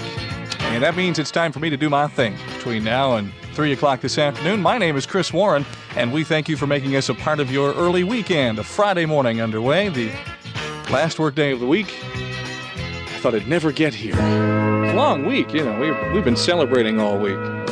8 great years here. I think I'll make it to 3. You can stick around and find out. Albany's full-time country music station, GNA, with Steve Warner, and all roads lead to you, even though they may be a little snow-covered this day. We trust you're driving carefully. We have one of those days where it could be a little tricky out there. Light flurry activity or flight lurry activity, whichever turns out. And we started out the hour with Anne Murray, 1980 music. Could I Have This Dance? 10.5 minutes after 10 o'clock. You're with Chris. Thanks for joining us. Like it or not, now, the winter season is going to be with us for a little while. We all have gotten around to that in our heads, I think. And AJ, the Honda Snow Thrower at AJ Vale, just off Route 155, near the Northway in Latham. You can phone them at 785-5544. That's 785-5544. Marry your... Albany's full-time country music station, GNA, and a sound of the season from Karen and Richard, the Carpenters.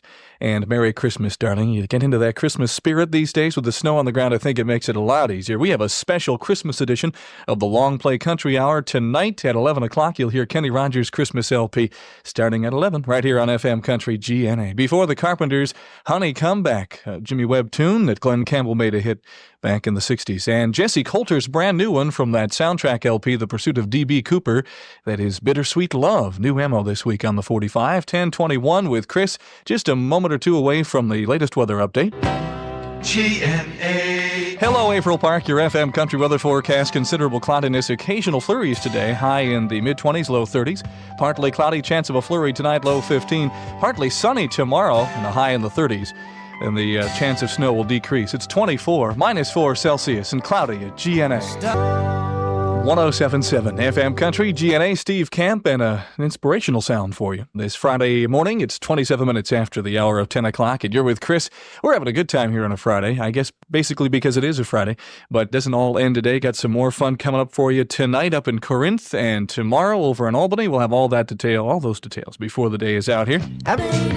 Albany's full-time country music station, GNA. Bill Anderson and The Whiskey Made Me Stumble, The Devil Made Me Fall, from our 45 caliber survey. Before that, Let's Shake Hands and Keep Out Love, Come Out Lovin'. That's all right. 1978. I'll be able to read later on from his album of the same name, Kenny Odell. We started out with 45 caliber survey music, which I have forgotten exactly what it was that we came out with, but we did. We started the hour, or the triple play this hour, with music from our 45. It's, there it is, right there, the Bellamy Brothers. How could I forget that? You're my favorite star. 23 minutes before 11 o'clock at FM Country GNA, typical Friday. Chris not exactly sure what he's doing. I'm holding. GNA, Jack Green, Back in the Arms of Love on your place in the country. Hello to our friends in Manchester Center, Vermont. Here's the FM Country with cloudy with a chance of flurries tonight, low 15. Partly sunny tomorrow. There's a high expected in the 30s again. The chance of precipitation, 60% today, 30% tonight, near zero tomorrow. It's 24, -4 Celsius, and mostly cloudy at GNA. There's only one. FM Country GNA, John Conley. disc jockey, and wasn't he a funeral home director or a mortician or something like that anyway, turned country music superstar. John Conley from 1980, She Can't Say That Anymore, from his album Friday Night Blues. 11 before 11 o'clock, you're with Chris. Don't forget, tomorrow means concert music on Country Sessions. Margot Smith caught live in concert at 3 tomorrow, right? 3 o'clock tomorrow afternoon, Saturday. Country Sessions exclusively on FM Country GNA. There's only one. Coming up in just a few moments, lady born in Atlanta, Georgia, 37 years ago this day, by the name of Brenda Mae Tarpley. I think you'll recognize her by a different name. Coming up in just a moment. Albany's full-time country music station. Happy birthday, Brenda Lee, today. Only When I Laugh is her latest single, and one of her best in a long time. I like that. You'll find it listed on our 45 caliber survey, available at all Record Town stores in the Great Northeast, Hilton Music in the Century 2 Mall, Albany, and the Argyle Variety Store in Argyle. Here's the sound of the season from Kenny Rogers. Kenny Rogers' Christmas LP. Oh, I feel tingly all over. FM Country GNA kind of takes you back, and we do get a chance to be kids again this time of year. Kenny Rogers, you'll hear some more cuts tonight on the Long Play Country album from his latest LP. I'm Brian Shields. Thank you, Brian. Brian puts in long days here. He was here till 3 o'clock the other day, and, he comes in here at, 2 or 3 in the morning? No. Actually gets here 4:30, 5 o'clock in the morning. I used to work those hours. Then I realized I didn't remember working those hours, and I decided to do it while I was awake. And the show has improved tremendously since then, let me tell you. Hi, everybody. This is Randy Owen with the group Alabama, wishing you a Merry Christmas and a Happy New Year. I once thought of Albany's full-time country music station, GNA, Alabama. Love in the First Degree from their album Feels So Right. Tammy Wynette before that. Your Good Girl's Gonna Go Bad. 1967 Gold Bullet music at about 8.5 minutes after 11 o'clock. You're with Chris. We're here till 3 this afternoon. Got some good country lined up for you, including the brand new one from Randy Parton coming up in a moment. Your place in the country, FM Country, GNA, Asleep at the Wheel, and some Texas swing for you from their album Collision Course, Ain't Nobody Here But Us Chickens. We're going to cluck around here till about 3 o'clock. Had some music before that from Hank Locklin in the Country Hall of Fame. Big hit for him many years back. And started out with a brand new one from Randy Parton. He's good, and I like this song. It just might do something for him. Don't Cry Baby, the name of the song. And it's new from Nashville this week at FM Country GNA. Good morning, Castleton. Your FM Country weather forecast. Considerable cloudiness. % late today, 30% tonight, 10% tomorrow. It's 25 right now, -4 Celsius and cloudy at FM Country GNA with John Denver. GNA from his album I Want to Live, John Denver, and it amazes me on your place in the country. We're here 24 hours a day in stereo for you, have been for 8 years in a day, and we continue to be that way. L in stereo, of course. I want to remind you that a comedy workshop featuring some of the area's funniest people will be held at the 8th Step Coffee House. I don't know how I'm doing this. This is the second time this week I've done this. That happened last night. I hope you caught it. It was extremely funny. Here's an FM Country reminder that's still to happen. The Emmanuel Community Center will present Jesus Christ, Son of David, Everlasting King, coming up a week from today, December 18th, a Friday evening at 7:30. The center's located in Glenmont. Another FM Country reminder from GNA. Moore's Trading Post. Moore's has special Christmas hours for your convenience. They're open weekdays 9 to 9, Saturday 9 to 5, Sunday 10 to 5. Crystal Gale next in stereo at 107.7 GNA. FM Country GNA. Jim Reeves and Patsy Cline. Have You Ever Been Lonely? From their combined Greatest Hits LP, which RCA has just released.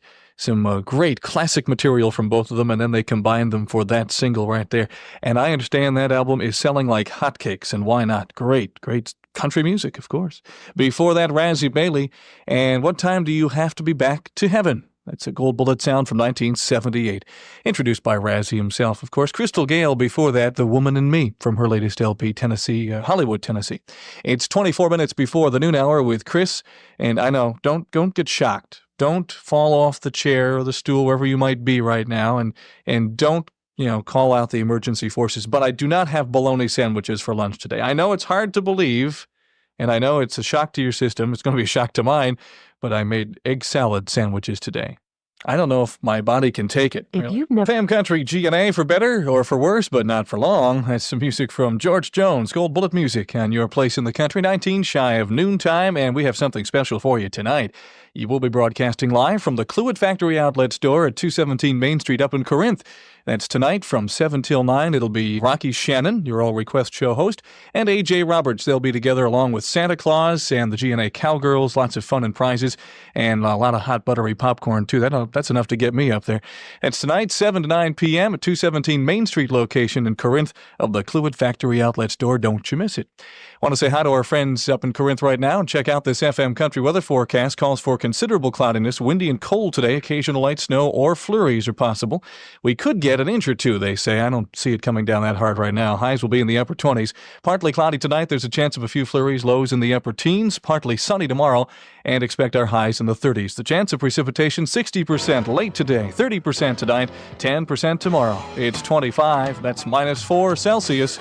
We have cloudy skies at FM Country G&A. Here's Conway Twitty. Albany's full-time country music station, G&A, and award winner Terry Gibbs. Somebody's knocking. 10 and a half before the noon hour with Chris. Have you heard the latest? Have you ever bought a pair of shoes or sneakers or something and only got them home to find out they really are a little too tight? They don't fit quite right.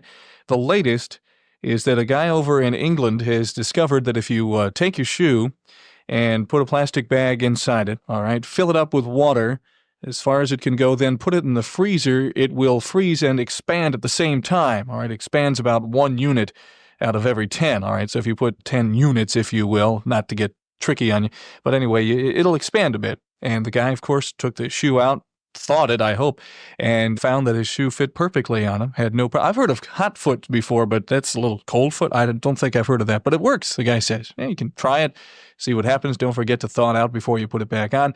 You know, like it or not, the winter season is going to be with us for just a little while at least. And A.J. Vell in Latham, 5544 785 5544. I hope my Sounds great. Find great Christmas gifts you can enjoy all year, like a dual automatic multi-play turntable with cartridge for only $149. Only at Sounds Great, the Northeast Stereo Video Place, 1818 Central Avenue in Albany. FM Country G&A from his album Big City, that's Merle Haggard, and the #1 song this week, My Favorite Memory. 4 and a half before the noon hour, we'll check out news, of course, at the top of the hour from our own local news organization, with help, of course, from 2 news networks, AP Radio and the RKO Radio Network, the only area radio station where you hear that kind of in-depth reporting. Right now, though, it's time for Where the Country Is, another exclusive feature of G&A, heard 30 times each weekend. Tomorrow night, and the Flight Country Show at the Cobleskill Eagles Club. That's all happening on Sunday right there. Another report on Where the Country Is a little before 3 this afternoon. Well... Thank you, Chris. About 6.5 minutes after the noon hour. Chris will be back in just a little while. We'll do sports trivia together. Give you a chance at a couple of 6-packs of country singles. On this Friday, the 11th day of December. My name is Chris as well. Chris Warren. We're here till 3 with Dave and Sugar right now. 107.7 FM Country, G&A with Larry Gatlin, the Gatlin Brothers Band. What Are We Doing? Lonesome from their album Not Guilty. Before that, Gotta Quit Looking At You. Dave and Sugar from 78. They're going to tell something's going on here. 11 minutes after the noon hour with Chris in the middle of my egg salad sandwiches. Really feeling good and tasting not bad either. And some hot chocolate today. That just seems to go with this weather. We've got 27 degrees. We might get to 30, but I wouldn't really count on it. And like it or not, the winter season is going to be with us for a while. A.J. Vell in Latham has a gift idea, 5544. Christmas. FM Country, G&A, and the first real big hit single for Roy Clark years ago yesterday when I was young. Mel Tillis and Nancy Sinatra before that. Their new one's called Where Would I Be? It's their second single from their album, Mel and Nancy. 20 and a half after, make it afternoon. I thought it was after 11, but it is 12:20 and a half. And Chris is with you. We've got Life in these United States coming up again a little after 1 this afternoon. Even before that, sports trivia in a little under a half an hour from now. At Moore's Trading Post. Moore's has special Christmas hours for your convenience. Open weekdays 9 to 9, Saturday 9 to 5, and Sunday 10 to 5. Hello, Schuylerville. Your FM Country weather forecast consists to 30% overnight and 10% tomorrow. It's 27 -3 Celsius and cloudy at FM Country G&A. Here's Susan Ray in stereo. Your place in the country, G&A. Susan Ray at 26 after the noon hour. Here's an FM Country reminder that the Pineview Community Church will present its Sunday School and Choir Christmas program coming up Sunday, December 20th at 6 p.m. Pineview is in the on the Washington Avenue extension, actually, in Albany. And for more information, 456-6777 is the number. Another FM Country reminder from G&A. There you're... FM Country, G&A. There's only one. T.G. Shepherd's latest is called Only One You. And it's yours in stereo on FM Country G&A. Before that, Steady as the Rain, music from Stella Parton, Gold Bullet music. And we started out with the Statler Brothers and Years Ago from their latest LP, Years Ago, of all things. 24 and a half before 1 o'clock. And tomorrow afternoon, actually late morning, early afternoon, from 11 till 1, G&A's Shotgun Kim will be here this afternoon at 3.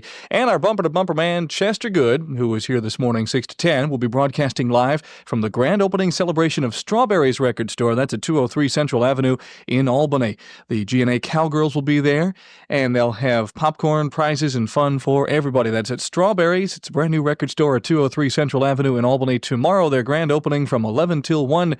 Hope to see you there. FM Country, G&A, a sound of the season from Anne Marie's album Christmas Wishes. It's long play country this week, and it's also a sound of the season for you.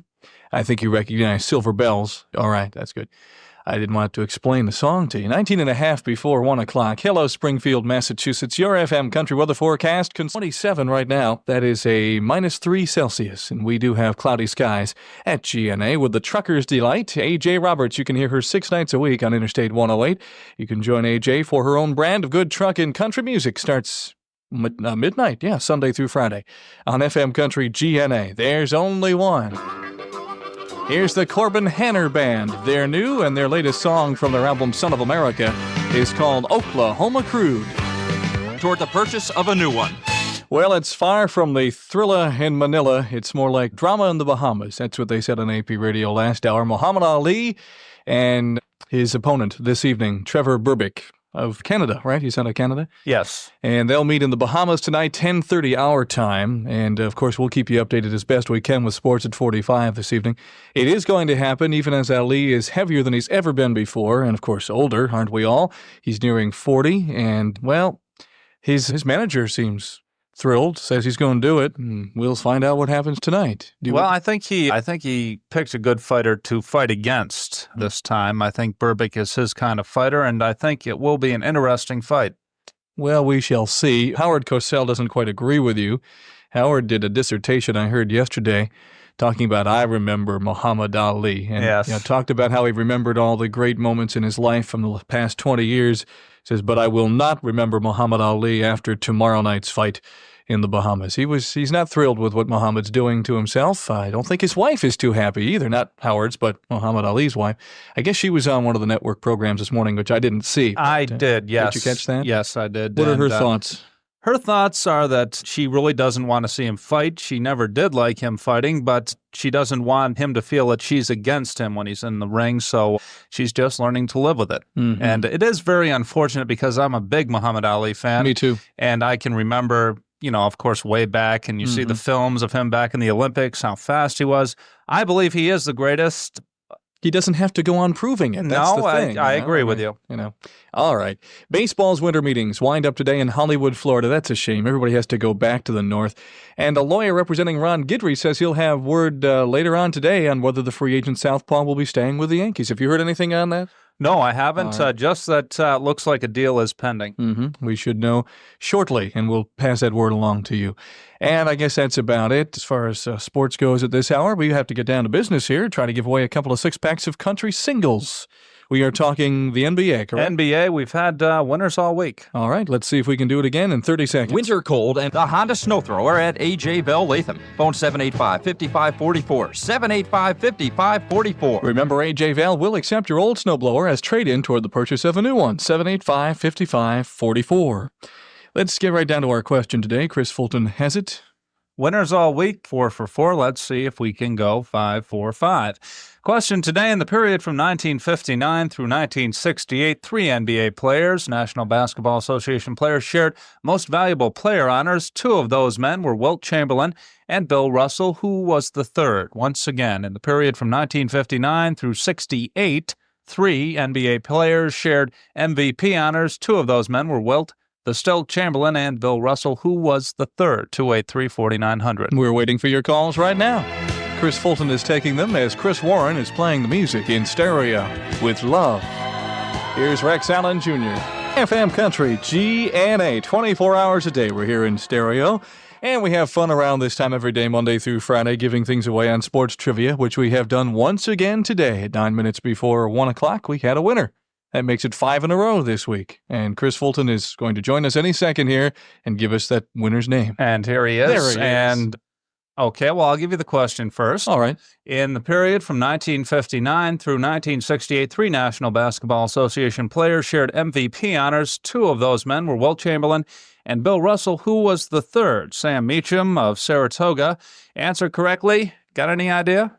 No, I don't think so. The Big O. Oscar Robertson. That's right. All right.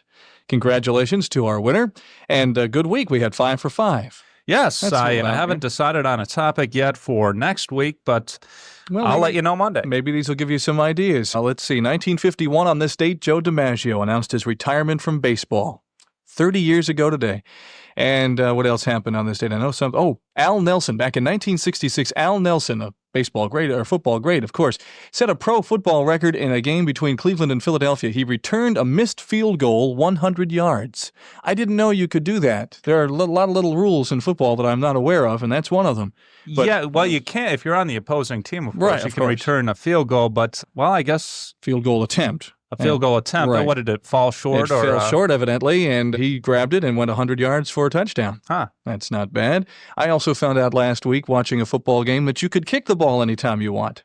I mean, you can just, bop back there and just kick it. Oh, yes. They used to have it was really kind of an offensive play on third down. They kicked the ball if it looked like too long to go. I forget what exactly they called it, but... of course, drop kicking was very popular early in football as well, which nobody does anymore.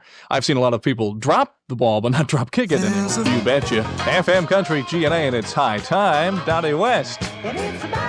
From her brand new LP, High Times, on your place in the country, GNA. Hi, this is Waylon Jennings, wishing you and yours a Merry Christmas and a Happy New Year.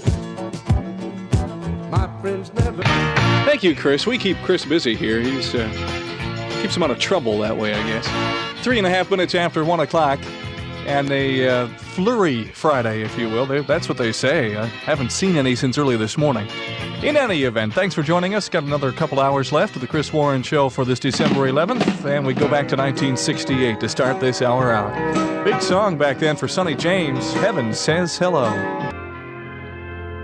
You found it. Albany's full-time country music station, GNA. That's John Schneider and them good old boys from his album It's Now or Never.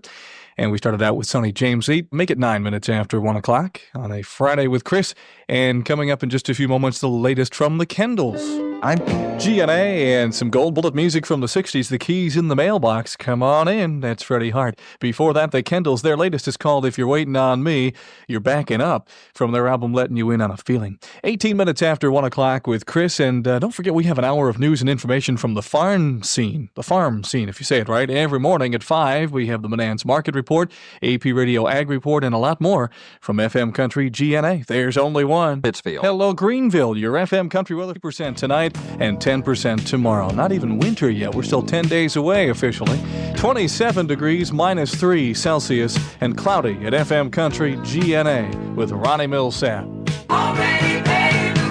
1077 1077 FM Country GNA, whatever way you say it. We're here at the top of your FM dial 24 hours a day in stereo. There's some music from Ronnie Millsap, and Jesus is your ticket to heaven. I want to remind you there'll be a benefit jamboree for the Heisler family this Sunday the 13th at the Grand Gorge School. Event gets underway at 2, features the talents of the Country Edition, the Mustangs, and Key Country. Don't you dare miss it. Another FM Country reminder from FM Country GNA. FM Country, GNA, Joe Stampley, let's get together and cry. I know what my problem is today. I can't talk. From his album, I'm Gonna Love You Back to Loving Me Again. That's Joe. Before that, Do I Love You? Yes, in every way. From 1977, Donna Fargo. And we started out from the 45 caliber survey with Mo Bandy's Rodeo Romeo. His very first single, if you remember, back in 1975 was Bandy the Rodeo Clown. I don't know if he's come full circle or what you'd expect there, but it's 27 minutes before 2 o'clock with Chris, keeping it country through 3 o'clock this afternoon when Shotgun Kim will be in. And like it or not, the winter season is going to be with us for a while. AJ Val, 5544, 785-5544. Moore's has special Christmas hours for your convenience, open weekdays 9 to 9, Saturday 9 to 5, Sunday 10 to 5. 1962 the year now. From FM Country GNA, here's Loretta Lynn, Success. Your place in the country 24 hours a day. FM Country GNA with Loretta Lynn and one of her early songs. 22 before 2. Hello, Danby, Vermont. The FM Country weather forecast is 60% late today, 20% tonight. Make it 30% tonight, and 10% tomorrow. It's 27, -3 Celsius and cloudy at GNA. GNA, Born Believer, the name of the LP, and If It Ain't Love by Now, Jim Ed Brown, Helen Cornelius. Before that, Ed Bruce, and You're the Best Break This Heart Ever Had. We also heard from Leon Sherrill. I don't know if he's related to Billy Sherrill at all or not. I'll have to check into that, but he's got a good song called Ain't It Funny, and it is former new ammo to the 45. 11 and a half before 2 o'clock. Chris, wishing you a happy holiday season. We'll have some, hopefully some holiday music here for you in just a few minutes. Merry Christmas, everybody! Albany's full-time country music station, GNA.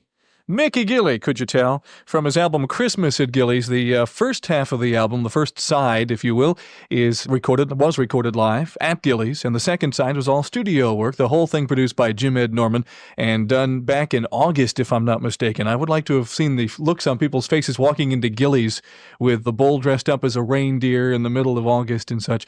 But the result is a Christmas album, again, called Christmas at Gilley's, and it's long play country this week at FM Country GNA. Here's Don Williams, and Lord, I hope this day is good. And I'm Chris Warren, and we have an hour left this week with together, you and me, between now and 3 o'clock. You'll have to excuse me, I'm not speaking well at all today. I don't know what the problem is. Something to do with my mouth. Charlie Rich starts us out this hour from 1977. Rolling with the flow. 1077 FM Country GNA with Johnny Lee, and you can bet your heart on me from his album of the same name. We started out the hour, of course, with music that goes back, well, not all that far. 77, about 4 years ago. Rolling with the Flow, Charlie Rich. 9 minutes after 2 o'clock, and coming up in just a few minutes, we got the brand new single from the Carpenters, so hang in with us. We're Albany's full-time country music station. We've been here full-time in stereo 8 years and a day now, and we're enjoying every second of it. You know where to tune to for the best in country music, right here at the top of your FM dial. That's music from the Carpenters. 'Tis brand new, well, a couple weeks old, and it's called Those Good Old Days from their album Made in America. We have 18 and a half minutes after 2 o'clock, and a check of the weather coming up in about 90 seconds. Hello, Hillsdale, your FM country weather for 60% late today, 30% tonight, 10% tomorrow. 28, -2 Celsius and cloudy at GNA. There's only one FM Country GNA, that's Dallas Home and Praise. Want to remind you right now, the Schoharie Hay Shakers Square Dance Club is hosting a Christmas dance and potluck supper. I've never had potluck for supper at their head. What does it taste like? Their headquarters, by the way, doesn't say where their headquarters are. That's nice. It's out in Schoharie, probably, I'd imagine. That's coming up, by the way, a week from tomorrow, Saturday, December 19th. 6:30 is supper time. Dancing starts at 8. And that's another FM Country reminder from GNA. Those are available. And there's going to be a drawing for a Stetson hat of your choice on December 23rd at the Double M. Register now at the Double M Western Store, Route 67, Ballston Spa. No purchase necessary. Ronnie Millsap. And There's No Getting Over Me is the name of the LP it came from. I wouldn't have missed it for the world. Albany's full-time country music station, GNA, the blaze of glory that Kenny Rogers is going out in. It's going to take him to the top of the charts again. That's from his album Share Your Love. Before that, Johnny Cash from his Gone Girl LP, I Will Rock and Roll With You. He used to do a lot of that. And we started out with Ronnie Millsap from the 45 caliber survey, 26 before 3 o'clock with Chris till 3. Shotgun Kim at that time. Don't forget tonight at 7 up in Corinth, you will bump into at the Cluett Factory Outlet Store both A.J. Roberts. Perhaps you haven't had a chance to meet her her yet. She does Interstate 108 nightly here. And Rocky Shannon, who doesn't live all that far from Corinth, up in Saratoga area. So they'll be up there tonight from 7 till 9. There'll be free balloons and popcorn and a lot of fun for everybody. Hope to have you drop by and say hi to them. Say hi to them for me. I don't get a chance to see them at all. Wrap up. Your place in the country, GNA. Mama Tried, some 60s gold bullet music from The Hag. As we say hi to our friends right now in West Oneonta, here's your FM country weather. Those in the upper teens. Tomorrow, partly sunny and a high in the 30s. The chance of precipitation, 60% late today, 30% tonight, 10% tomorrow. We still have cloudy skies, perhaps a flurry here and there, 28 degrees, -2 Celsius at FM Country, GNA. FM Country, GNA, Eddie Arnold from 1979, and What in Her World Did I Do from his album, Somebody Loves You. I almost called him a her. Burrito Brothers before that. If something should come between us, let it be love from our 45 caliber survey. Giacomo, Donna Fargo's latest, just before that. It's 12 minutes before 3 o'clock. Coming up before the hour's out, we'll check out where the country is. Moore's has special Christmas hours for your convenience. They're open weekdays 9 to 9, Saturday 9 to 5, Sunday 10 to 5. Here's George Strait. He is down and out. There's only one. FM Country, GNA, from his album Straight Country, George Strait, at 9 before 3. Kim will be in shortly. Right now, we're going to check out where the country is. Heard 30 times, Eagle Bridge. That's all happening tonight. Another report on where the country is coming up a little later on with Kim, couple of times between 3 and 7. To make your act a part of our service, we have to receive your information by mail at least a week in advance. Mail it to Where the Country Is, care of WGNA, Box 1069, Albany, New York, 12201. GNA, committed to the local country artist. Here's Emmylou from her album Light of the Stable. It's not inspiration, really. It's Sound of the Season from her Christmas album. Albany's full-time country music station, GNA. And Ricky Skaggs on banjo and mandolin on that. Brian Ahern, her husband, and who also does most of the producing of her records. Helping out Emmylou Harris he was on the archtop guitar. That is Emmylou from her album Light of the Stable. Christmas time's coming. It is. So is the weekend. I'm going to make my way out the door here very shortly. Kim will keep you company between 3 and 7. Don't forget, tonight in Corinth at the Cluid Factory Outlet Store, you'll find Rocky Shannon and A.J. Roberts. Tomorrow, the brand new Strawberries grand opening. Strawberries record store over on Central Avenue in Albany. You will find Shotgun Kim and Chet Good. That should be fun. That's tomorrow from 11 till 1. And whatever, we got a lot of good stuff coming up this weekend. Just stay tuned. You'll find out all about it. Have yourself a nice one, a safe one. Drive carefully, all right? We'll catch you Monday morning at 10 o'clock. Here's The Juice from her album Juice. Juice Newton, The Sweetest Thing.